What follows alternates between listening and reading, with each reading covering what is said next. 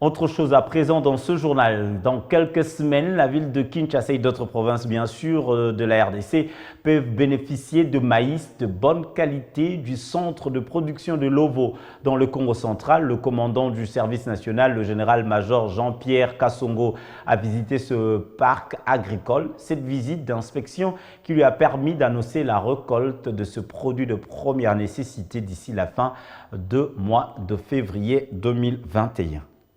Il s'est résolument engagé dans la redynamisation des activités du service national, tel que le veut le commandant suprême des forces armées de la République, de la police nationale congolaise et du service national, Félix Antoine Tshisekedi Tshilombo. Ça, c'est du bon maïs. On voit toute cette zone ici. Donc, lorsque vous avez semé qu'avec le NPK, par exemple, à 30 jours, le maïs avec le NPK est à cette taille, pendant que celui avec le green soup peut être à cette taille ici. Oui.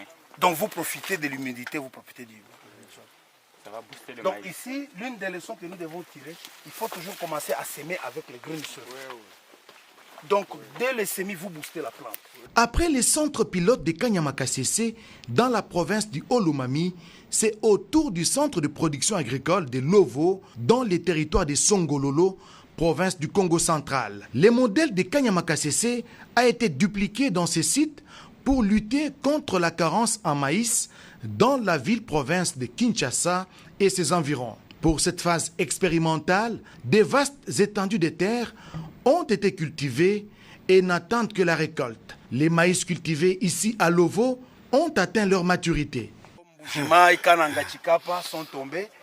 Cette fois, c'est le tour de Kinshasa qui va tomber, Matadi qui va tomber. Donc le service national va ravitailler à gogo. Je le répète encore, ça ce n'est qu'une année d'expérimentation, une année expérimentale. La vision du chef de l'État, nous sommes en train de la matérialiser. Et voilà les résultats. En si peu de temps. En 2 ans, le service national, voilà ce qu'il est capable de produire. Donc dans les 2 prochaines années, ça sera, je ne sais pas moi quoi. On ne parlera plus de pénurie de maïs ou de haricots ou quoi que ce soit. Donc c'est faisable. Au Congo, c'est faisable. Donc nous n'avons pas envié le maïs qui est produit en Afrique du Sud. Vous voyez, c'est dans le champ du service national. Ici, nous sommes à 41 km de Kimpese. Nous sommes voisins avec Kulungongo, dans le Bas-Congo. C'est avec les moyens du bord que ce travail des titans a été abattu avec un seul leitmotiv, faire de l'agriculture les moteurs de développement en RDC. Du point de vue technique, nous n'avions pas de tracteurs disponibles qui étaient opérationnels. On a dû prendre 3 tracteurs pour en faire un. On a dû ramasser du matériel, charrue, cover, mais il fallait qu'on... Comme on l'avait fait à Kanyama-Kasese, nous avons l'expérience de Kanyama-Kasese que nous avons dupliqué ici. Et voilà les résultats. Moment indiqué pour le commandant du service national, le général-major Jean-Pierre Kassongo-Kabouik, d'annoncer le transfèrement d'une autre vague de Kuluna vers les sites d'encadrement. Ici déjà c'est une occasion, je suis en train de vous annoncer. La 2e phase de récupération des Kuluna de Kinshasa vers Kanyama-Kasese.